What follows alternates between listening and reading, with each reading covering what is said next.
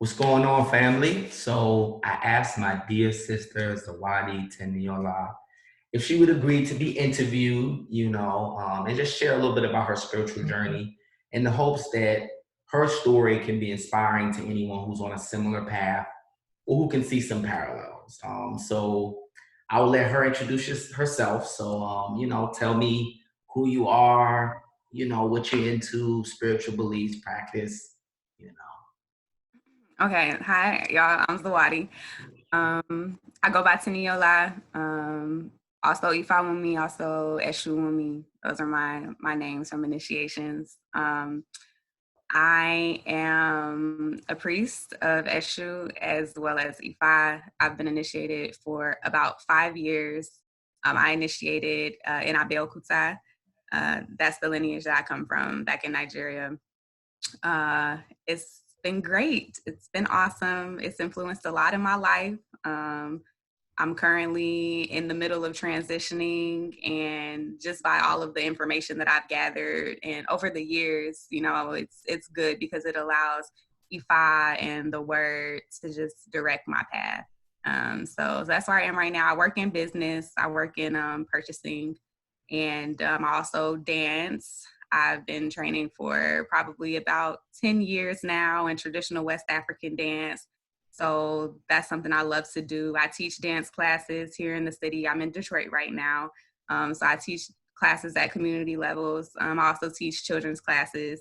Those are really great things that I love to do that just continue to feed my spirit as well as kind of answer the calling of the need for all E5 priests and priestesses to feed their community.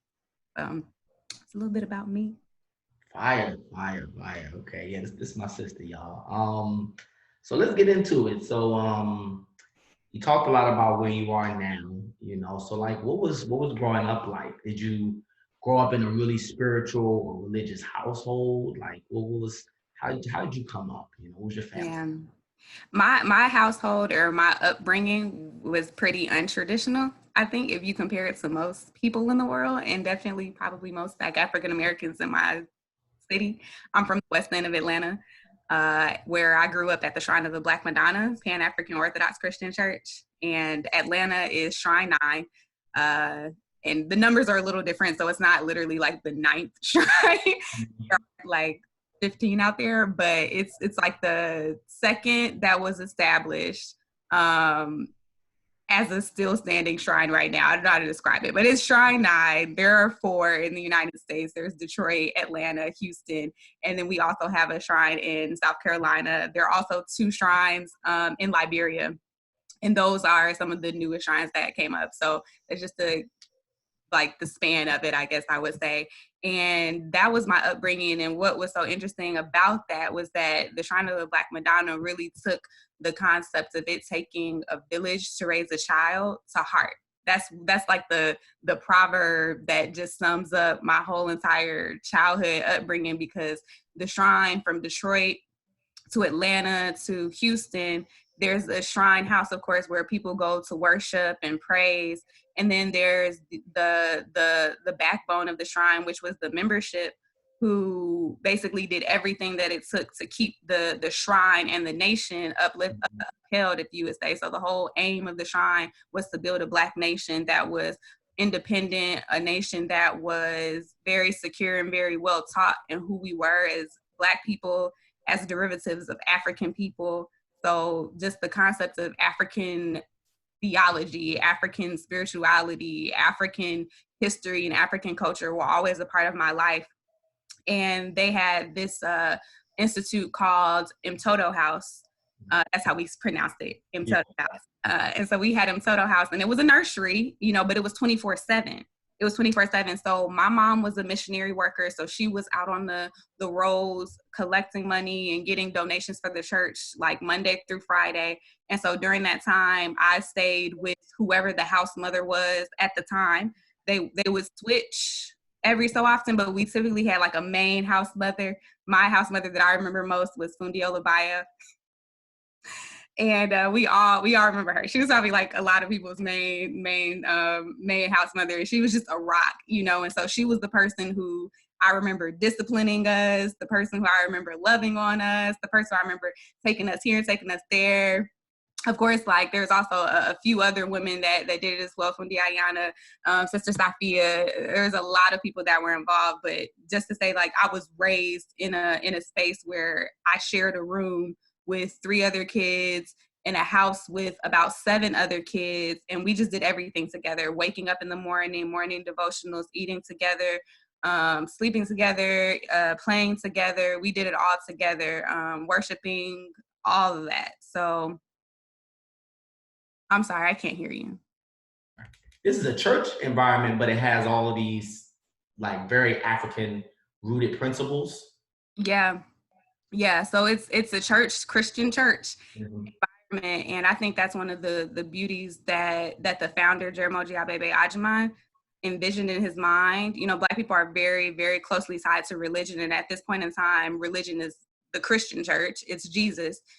Took Jesus and the Christian church and basically turned it on its head, in a sense. Now it's kind of more so just going back to the truth, but turned this on its head in terms of what we have been practicing here in the United States, and introduced the idea of a Black Messiah and a Black Madonna, and Jesus being a revolutionary, not just some sacrificial lamb, you know, that died for your sins. You know, that's not the doctrine that I was given of Jesus. I was taught Jesus as a revolutionary Black man who lived in Roman times and fought the oppression that the Romans inflicted on people of color at those times. So that was like the whole thing that we were just indoctrinated into as like children. We're reciting creeds and, you know, singing songs about that truth, you know, not necessarily him just being the Jesus that a lot of people learn about now. So that was my upbringing. That was what I did day in, day out, Monday through Sunday.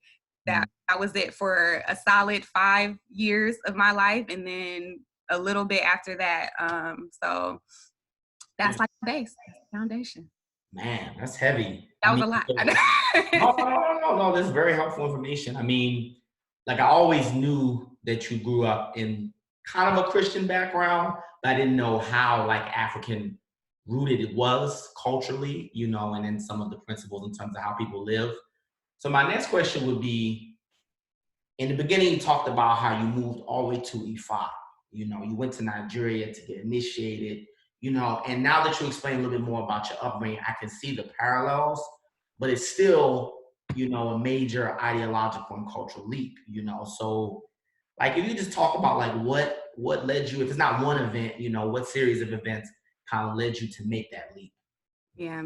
I think that a very large portion of my openness and my whole search through childhood to be where I am now was started at the church, at the shrine. You know, I don't think, if I wasn't indoctrinated the way I was there, I don't think I would have been as open. I don't think I would have been looking for it. And I think that's like where I like to start my journey here, because I really give a lot of the credit there and to those people. They poured so much into me and really helped me understand what it meant to be an African. And so I was always in search of what it meant to be an African in every way that I could, living on this side of the water. And one of the ways that I think I became most open to the idea of African spirituality just generally, or any type of ancient spiritual traditions really, initially, was because we always conceived God as spirit.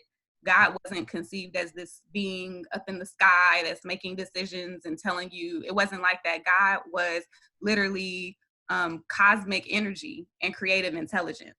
And that is Ifa. Like, that is Ifa. Yeah. So to come to I really was searching for years and years and years, like middle school through high school, after I was learning about different religions. I was just trying to see, you know, what is this about? What is that about? Because even though I really rocked with the tenets of what it meant to be a Black Christian nationalist, something about Jesus just never really struck really deep down in me. And so I was always kind of on a search for that. And then after going to college and then joining Inside and then meeting you and your friends, that just like opened the door. And I was introduced to this community and this way of being in life that I had been in search of. And so that's how I really got there. That's really how I made that step. No, absolutely. And I mean, those are some good times. I mean, for those of you Yeah. who are listening, we went to Howard together, so during those years, I would say formative years, but I hesitate to say that because we're still learning, it's a never ending journey. But during those years where, we were kind of owning spirituality as adults, while we're at Howard, we would see each other at Inside, so we'd be dancing and drumming together. And then the next moment, we're going to an African spiritual ceremony. We're going to give some offerings to the ancestors, to the orisa, Ifa, whatever. So definitely very good times. And no, that answer is spot on. So I guess I would ask you now, how's your current spiritual journey going? I got where you started, where you kind of made that leap, and you talked briefly about it, but how are things going? Are you doing anything exciting? There's any challenges, any things that you're really loving right now? Yeah, yeah. Okay. So it's going. Yeah. I say that all the time about a lot of things, but it is the process. It's a journey, and I'm even 5 years in. I still feel like I'm maybe one step, like two Mhm. steps in the direction of where I'm going, because I know it's going to be a lifelong type of journey. But after getting initiated, I guess I began that journey after actually going across the water and doing all of the rites to become initiated by name and by spirit necessarily. And then the journey to actually become a priest of knowledge, of functionality began after that, right? And so I just try to learn as much as I can about specifically my orisha. I like to also intake different things about the general just Isheshe altogether. I like to do that. However, since I am initiated to eshu, I like to make sure if the most of my orisha focus Mhm. is there, at least until I'm really solid. Like I'm really solid. Yeah. Move on and start digging deeper into other orisha. So I still learn about other orisha, but I do focus mostly on my orisha in terms of seeking out things. Um, I continue to just seek out general knowledge about the corpus of Ifa, Mhm. just to try to understand the science of it, just to try to understand the culture. Like, how did they get here? Like, why are these people telling these stories? My mind works like that. We're in a really spiritual space, but I still have like this logical, mechanical thing going on in my Yeah. mind, and so I do it like that. And so that's kind of where I am. I'm studying the Arundel Lagoon, which is the 16 cowrie shell sets of trying to divine. So it's of course multiple different ways to divine, and you've covered them Mhm. in the post that you've made. And so I'm starting there, trying to understand and get a good grasp on it to better be able to direct my own life. Mhm. Of course, we always come back to Ifa for Idafa, and we always need to make sacrifices. There are also times in your life where you need quick answers, and you need Mhm. to be able to go to your shrines and be able to action things for yourself and to decipher things for yourself. So that's one of the main reasons why I started to pick up Arundel Lagoon, because I wanted to be independent and functional in, Mhm. in my own practice, especially since I'm far away from any communities like yours, and Yeah. Atlanta and New York. I'm far away from a lot of those communities who practice this in some capacity. So that's where I am. It's No, a, no, that's amazing. I mean, just to add some context for people listening, you yeah. mentioned Arian D. Lagoon, 16 calories. When you get initiated to Odisha, whatever, like yours is Eshu, mine's Mm-hmm. is Odisha or Batala, you get the calories. I haven't learned how to do it yet. My focus is a little bit more on Ifa. We share that in common. Also, what you mentioned is spot on. Like, even, I guess, some understanding of just how Ifa culture, even for people who are very accomplished, Babalawo, Ìyánífá, like, you never stop learning. And I was reading an Ifa verse the other day. I can't remember what Odu it was from, but it was saying that exact fact. No matter how old you are, as an Ifa practitioner, if you stop learning, then you become stagnant. So it doesn't matter how accomplished or old you are, you have to keep traveling, keep learning. So I definitely agree. It's a lifetime thing. And then another point is you mentioned sometimes it's difficult when you're separated from, the community, and even the way Yeah. sometimes that we learn here, like, and you know this, because you've been in Nigeria, like, cats over there specifically study Ifa for like 15 years. Years and years and years. Exactly, for as long as we've been alive times two. Mhm. So that can be challenging, but that's amazing, man. Extremely.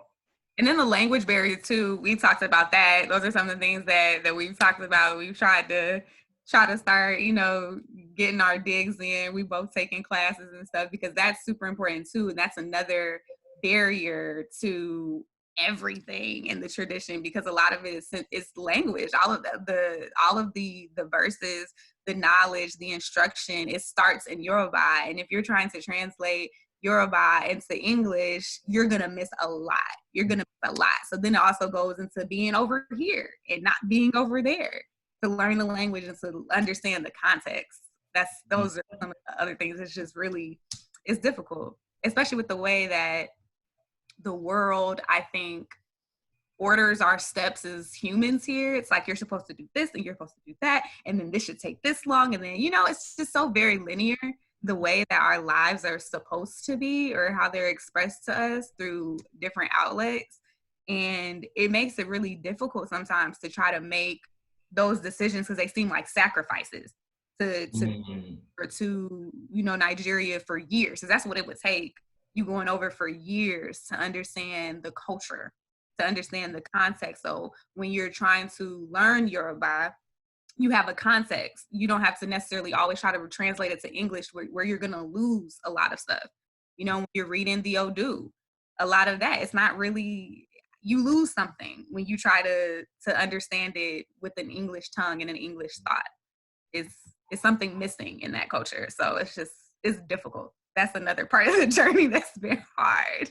Spot on. And absolutely, like you said, we talk about this all the time. Like, gotta learn Yoruba because, like, exactly what you said. Language. Someone put it to me this way: like, language is the way people first began to describe and interact with the world. So just like you're saying, like, the culture is tied to the language. So there's really no way to separate English from the people who first spoke English and how they viewed the world and interacted with it. So a lot of times we say, like, hey, I want to move away from Eurocentric ideals around culture and the way they interact with the environment, et cetera. We see those problems, but then we still speak and dream and think in English. So it's like, we can't exactly separate, the Anglo history. So like you said, same with Yoruba. Like, I hate reading Ifa verses and it's like, well, this particular word has no translation. And I'm like, well, I want to know what it means, but what does it mean? you gotta learn, keep studying with Yoruba. It's so key. I think even in the experience that you have of life, I'm saying that language is such a important thing in just how you experience things, because we have these concepts of good and bad, of negative and positive, and our concept of those things maybe are informed by our culture here, but I feel like a lot of times it's also informed by the language and how, what would you call that when it's just like it's this or it's that? Like a dichotomy. Yeah, it's just like that. It's just so it's either this or it's that. But I feel like one of the things that in the tradition you're challenged to do is understand what would be bad things or negative things as blessings.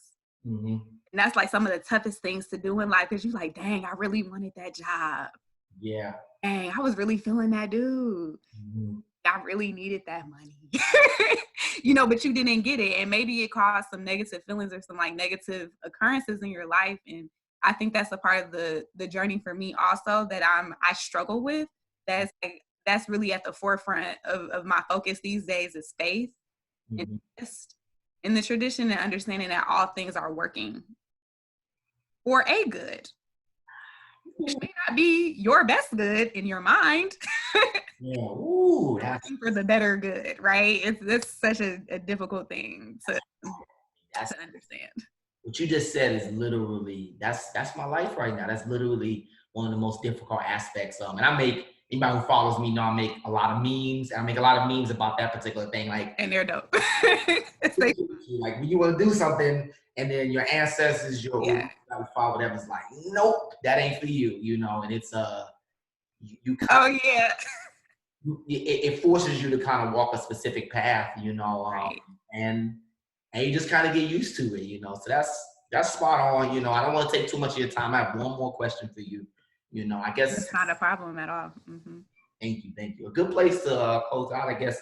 You know, like what advice would you give for, you know, anybody who's never experienced this tradition before? And I say that because, you know, there's a lot of just misinformation out there. A lot of people, you know, who are kind of looking to profit off of you. You know, they're hopping your DMs like, come do this or whatever, you know, or even last thing is that sometimes the Orisha tradition, you know, doesn't get as much visibility as certain other traditions because they're a little bit more obscure, you know. So what's some just advice that you would give someone who's looking to get their foot in the door, start learning, you know, anything? Yeah. I would say, and this is gonna sound like for real, because that's probably what I would say if someone said that. But I definitely think very subjectively, let spirit guide you, very subjectively. And more specifically for those who would be like, what the I would say if you develop a serious intention and if you develop like a serious direction and desire and drive to be a part of it, then what I've known to be true is when you do that and when you set those intentions and when you just have that really clearly in your heart, the opportunities present themselves. Mm. And that's not people sliding in your DMs on Instagram.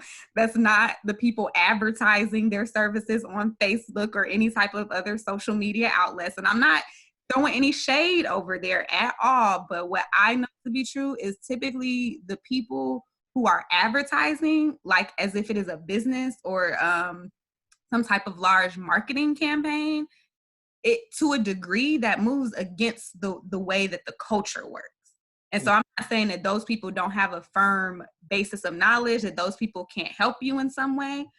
I think that the way that the culture, from what I've understood it, works, is very referral based. It's very mouth to mouth. Like I worked with this Ìyánífá, I worked with this Babalawo, and he helped me. You know, I did this at Bo and it worked. So let me tell you, let me get you to those people. And I think that's the best way because now you have people who would already work for us. So we already got tried and true people, you know, bringing you to someone who is proven, who has expressed and shown a capacity to really interpret the word of Ifa and channel the spirit to make it do what it needs to do in your life. Because it's not client based. And that's one of the things that I even have to get away from thinking because, you know, you do have to pay because people have to live. You know, it can't be free because then where's the sacrifice and how do you serve the person who's serving you? But you're not a client. You're a person who's looking for help. You're a person in need of assistance. So you're a person in need of spirit of Ifa, of direction. And you need someone to help you channel that spirit of Ifa, to help you channel the spirit and the words of the Orisha to help you. So my greatest advice would be to look at it from that standpoint, and so then use your intuition and your spirit to understand what would be best for you. And so a lot of times it's not going to be something that you can just Google. You got to put yourself in a space spiritually that will open up a space for you to be in physically where you can make those steps. Because those who seek will find. That is the truth. Oh, I appreciate you so much. That's spot on. I mean, and I like what you said, like there's a difference between being someone who does legitimate work and just has an online presence versus being a type of thing that you said where you're like thirsty and you're sending people like we all get these messages, come get this shrine today, come get this. Yes.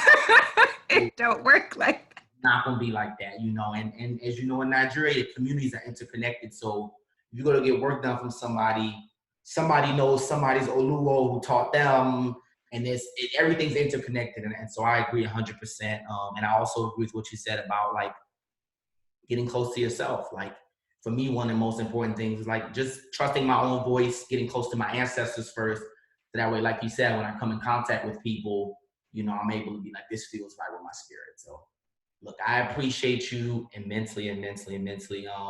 This is Thank so, you. This was great. yes, I want to have you back again. Like, I want to do more of these interviews, and I definitely want to continue this conversation with you, so please come back again. Awesome. Yes, I will. Thank you. Thank you. Please invite me again. This was great. I love to be able to share my experience. However small I think it is, I'm hoping that, it'll touch someone somewhere and they'll get something from it. And I think that's, like you reminded me, it's, some things are much larger than we make them seem. They can seem small to us, but they can be very big to other people. So I appreciated that push into the. Absolutely. All right, Zawadi. So we will talk soon. All right, peace.